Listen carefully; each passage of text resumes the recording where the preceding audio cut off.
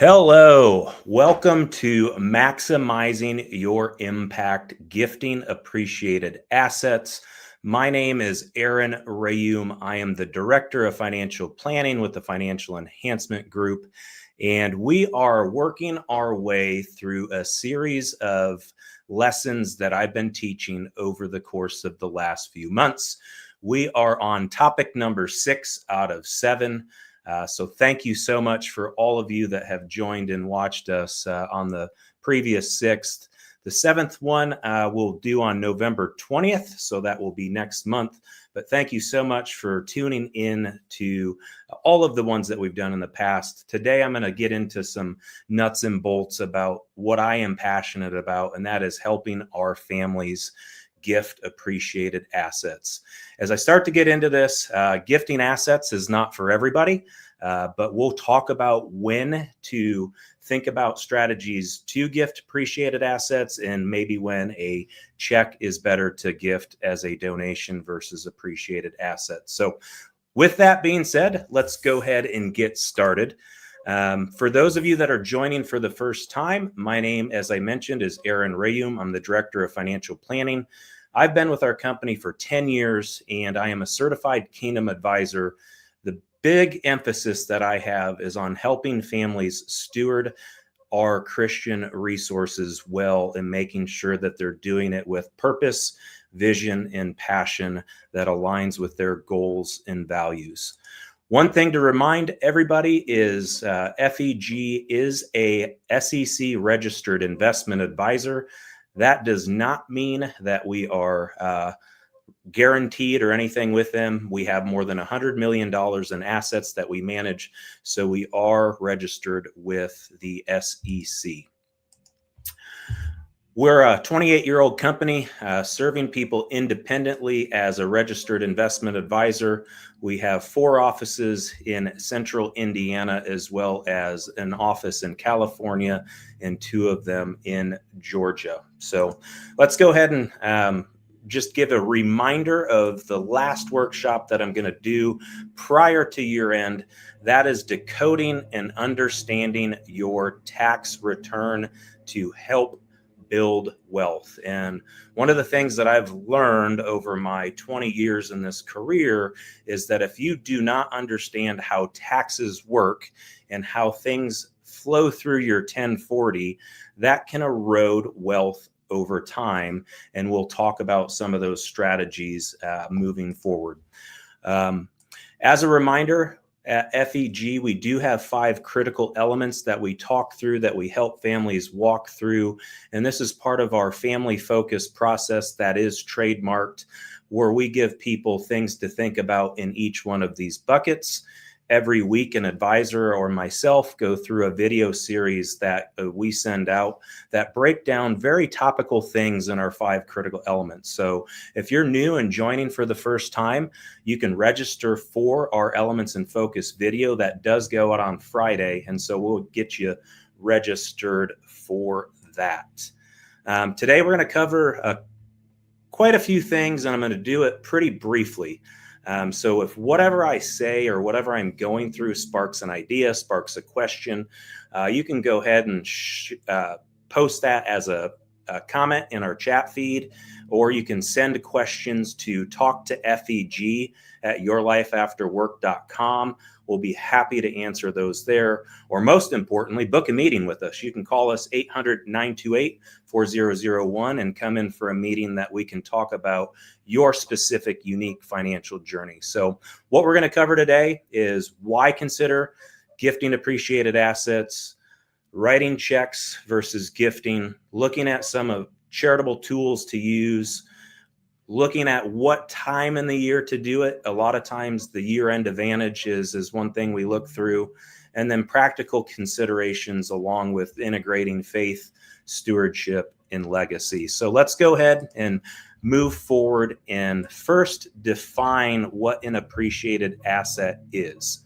And as you can see on the screen there, it is something that increases in value over time. And so generally people think about stocks. And so when we purchase stocks, we hope they go up in value. And if you purchase a stock and it does go up in value, you have an appreciated asset. Other assets that can appreciate are houses, rental properties, things of those natures. And so you can generally, what I'm going to talk about today specifically has to do with stocks and those types of investments. One other plug is when I'm talking through the material today, this is specifically for nonprofit organizations. This does not talk about what if I want to gift my brother some money, or what if I want to gift another family member money. These are things that we're talking specifically about that go to nonprofit organizations. So we've got some capital gains tax that we're going to talk about and how to avoid that. And lastly, it can help benefit both you and the causes that you're passionate about. So let's dive right in. In gifting versus writing a check, there is a major tax difference in what happens. And so if I write a check to a charity, essentially I am giving those dollars to something that I'm passionate about, and I am paying the tax on that. And there's two ways that we can look at it. One, I can take an itemized deduction, or if I don't have enough itemized deductions, I can file the standard deduction. Here in the United States, over 90% of folks file a standard deduction with the IRS.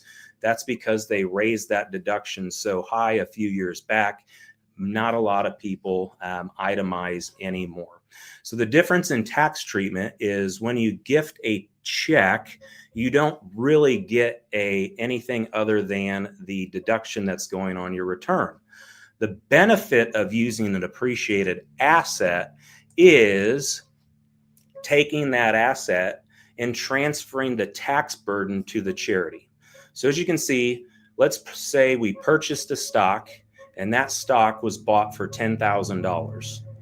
Now, today, 2-3 years from the purchase, it's grown to $25,000.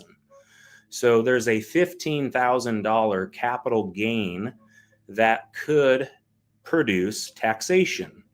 If you were to use that $25,000 because you have charitable intent and sell that position, you would be subject to capital gains tax. And the way that works, if you hold that stock for more than a year, then there's a thing called long-term capital gains tax.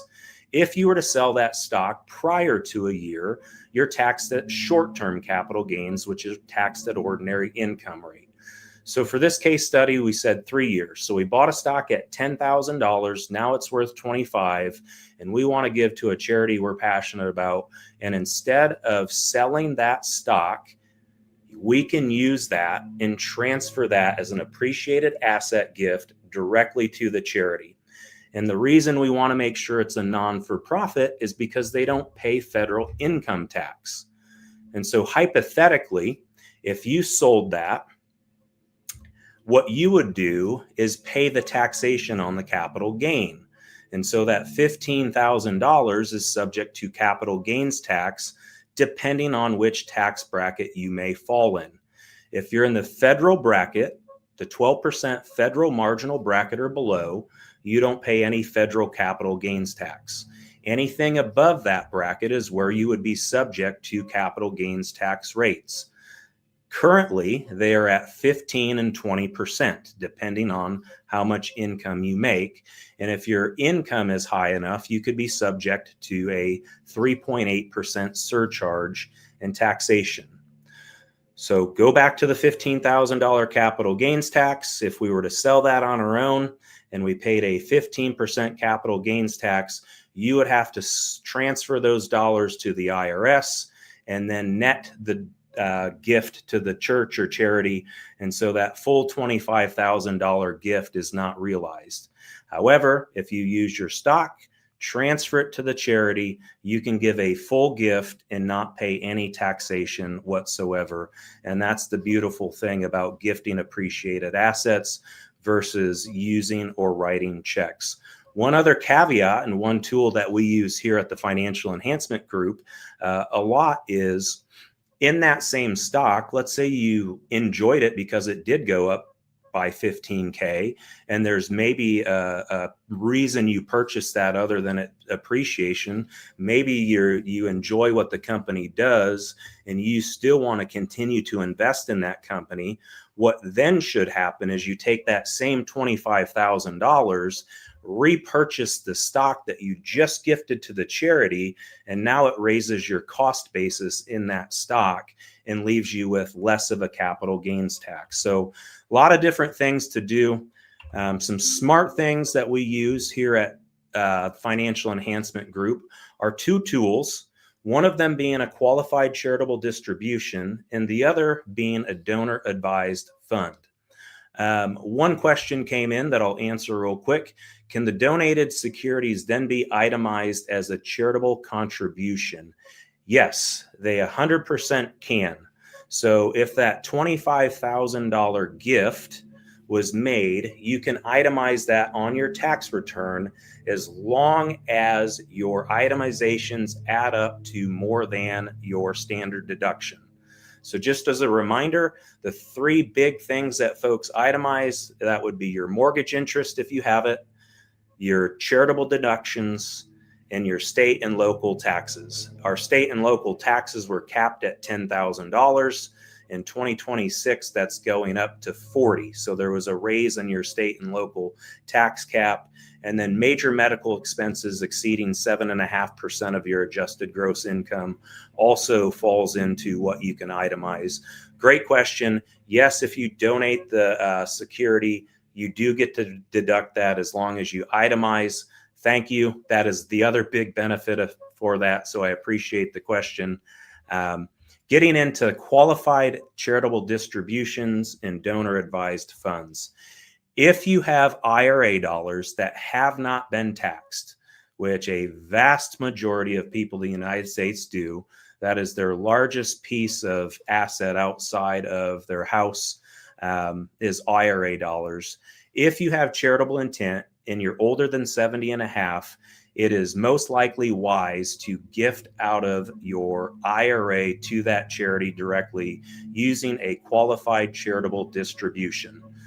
So at age 70 and a half, and you have to be 70 and a half plus a day, you have to be age 70 and a half and above to be able to use that as a donation. So just make sure that you're older than 70 and a half, and you can use the qualified charitable donation. Donor advised funds are different. Those are more of a long-term strategic giving plan. And so what happens with donor advised funds is you make a large contribution to that fund. We generally see these being used to offset irregular income years. And so we've had numerous times where business owners have sold a business, and I love the wonderful person mowing the lawn behind the office as I'm talking. So hopefully that feedback is not showing up, but it's wonderful to see him zooming behind me on the screen. So anyhow, donor advised funds. We use these in irregular income years a lot of times. So if you have a business that sells, there's ways that we can take part of perfect. You can't hear him. That's wonderful. I sure can. Donor advised funds, business sales. So using that to offset some of the taxation that can come in from a business sale. Large stock positions. I use Eli Lilly here a lot because we're in central Indiana. Eli Lilly stock has gone up significantly in the last couple of years.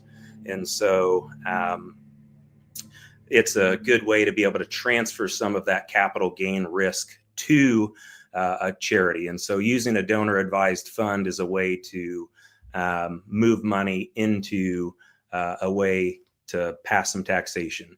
Is there a limit on how much can be put into a donor advised fund for the tax advantage? Technically, there's not a limit on how much you can contribute, other than there are limits on what type of asset that you put into it. So great question.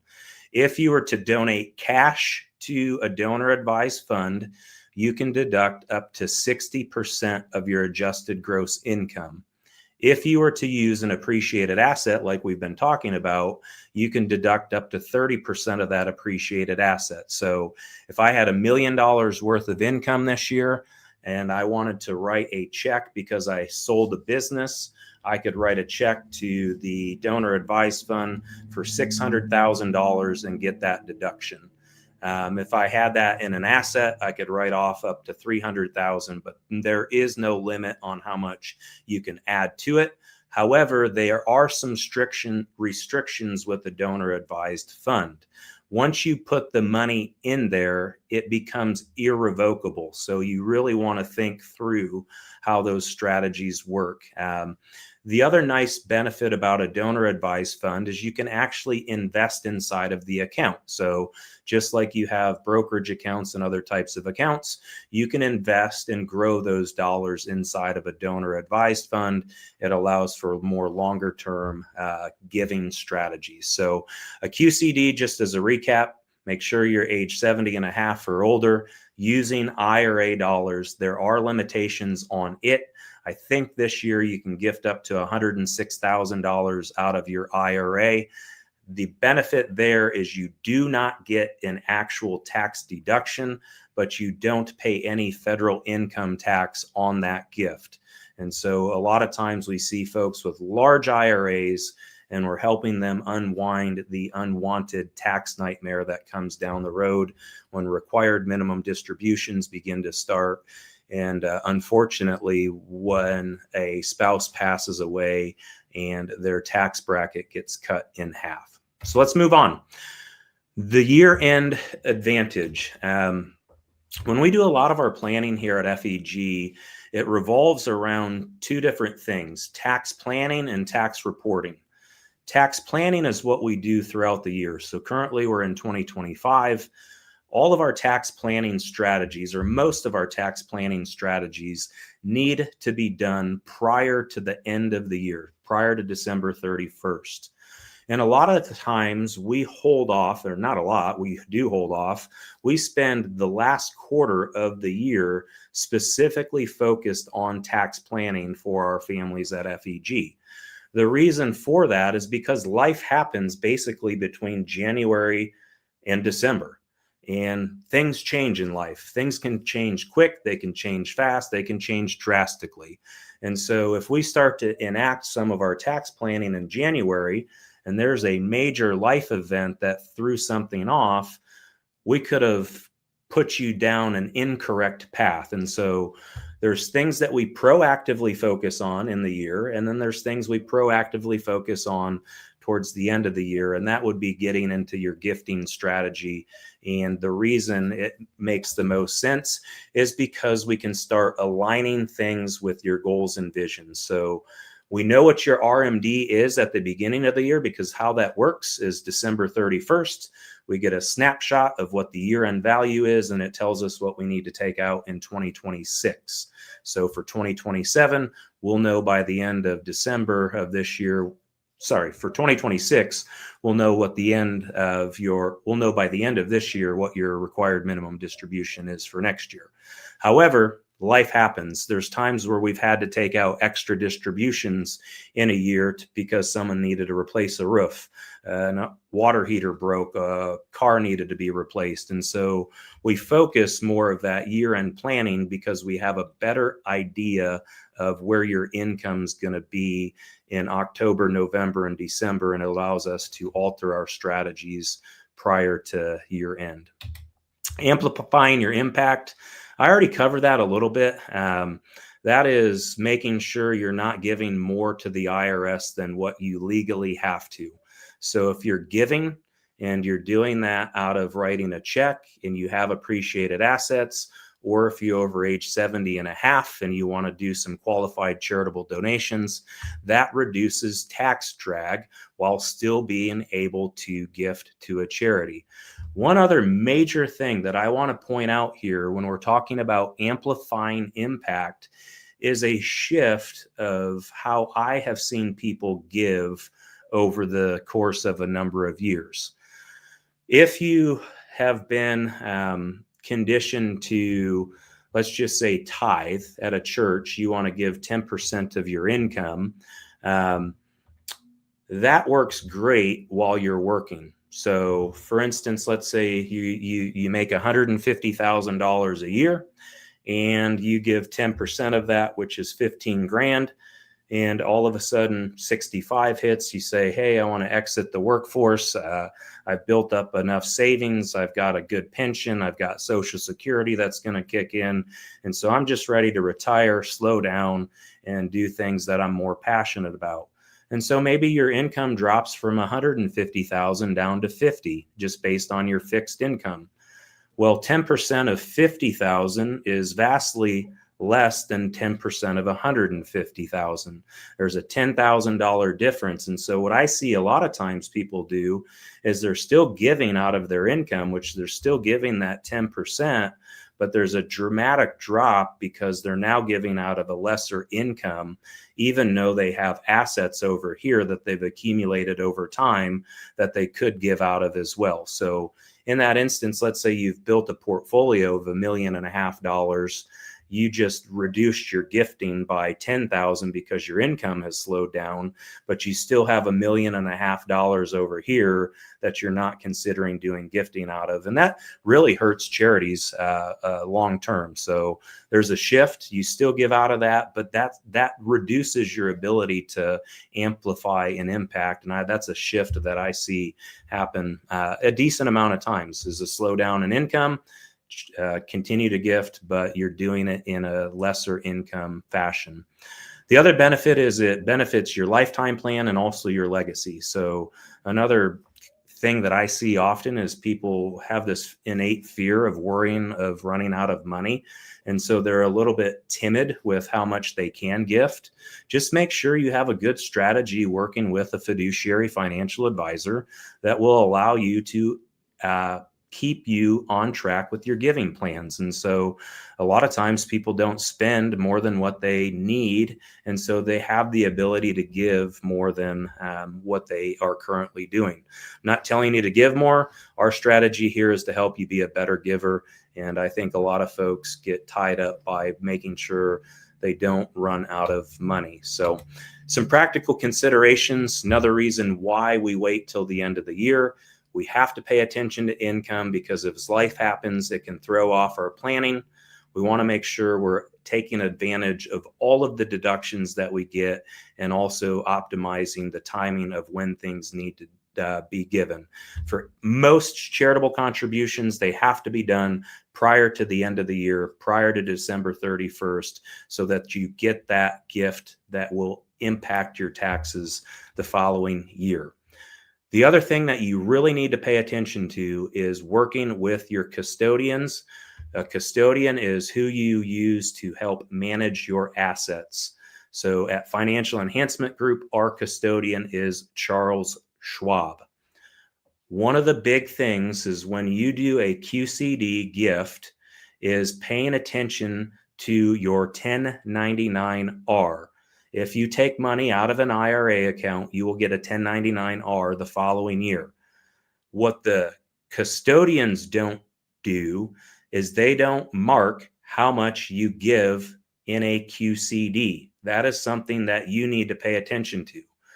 So if you give, let's say you take a distribution out of your IRA for $50,000 and 10,000 of that was a QCD, you're going to get a 1099-R for that full $50,000. Make sure if you're doing this on your own or if you're working with a tax professional that they code that correctly on your tax return. You don't want to pay tax on something that you don't have to. And so making sure you're working with the custodian, a financial planner, and the charities, need to have an account to be able to accept transfers. And so at FEG, we'll help charities open an account so they can take on donations like appreciated stocks. If they can't, then donating an appreciated asset is worthless. You might as well just write the check. So make sure the charity can accept those as well. The other big thing with a QCD and making that donation is it has to go to the designated fund of that charity. it cannot be specifically designated. So I can't give it to Jubilee for her foundation and say, go build a X barn with this. It has to go directly to the designated fund. They can do what Jubilee wants to do with the funds. It has to be given with no strings attached. And then figure out when the best time is to use cash versus when the best time is to use appreciated assets. If you're doing smaller donations like $50, $100 here, it's likely best just to write a check or use cash.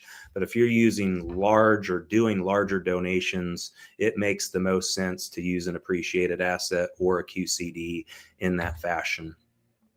So getting into more of the stewardship side, when you're gifting to places, just make sure they align with your vision and values.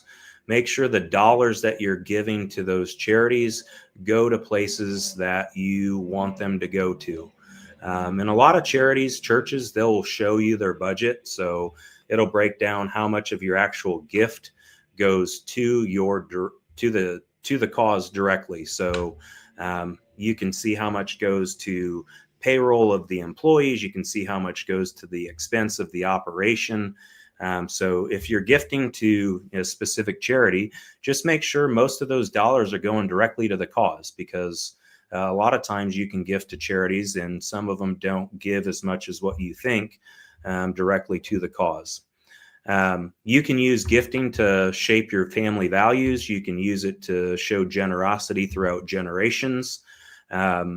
My family and I, we love to do charitable gifting. I love to have my daughters help with, at the end of the year, which charities that we're going to donate to.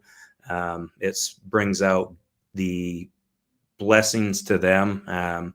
For one, we're blessed to be able to do it, but two, it just shows what true generosity is when you can get your kids involved and they get to warm the hearts of other folks that may be in more of a need than what you are. And it aligns with your finances. So bringing this all home is what I would tell you to do is, if you have assets that have large unrealized gains, review those. If you have a charitable strategy, review where your giving is coming from. Identify the charities that you want to make an impact with and figure out a strategy to do those types of things prior to year end. It says on here, the earlier the better. That makes sense because you want to make sure it's done before December 31st. If you're going to gift directly to charities through QCDs and appreciated assets, the custodians need some time to get those things done. So do not wait until December 31st to get some of those types of things done. It may take a week or two. And usually the custodians have a busy end of the year because they're processing a lot of these prior to year end. So questions. Covered a lot amount of information in a short amount of time. Next month, we're going to get more into the nuts and bolts of how to read your tax return. Thank you so much for the questions that did come through. Any other questions that you would want answered before we sign off? Give it just a few seconds.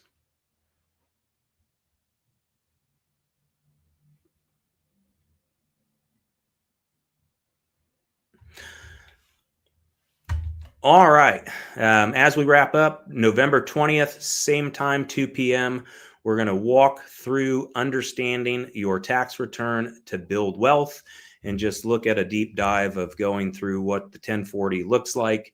If you had questions, if you want next steps, complimentary meeting, reach out to us, 800-928-4001. Scan the QR code on the screen. That will set you up with one of the advisors on our team. I look forward to seeing you all in November on the 20th to talk through tax returns. Thank you so much. You all have a blessed day.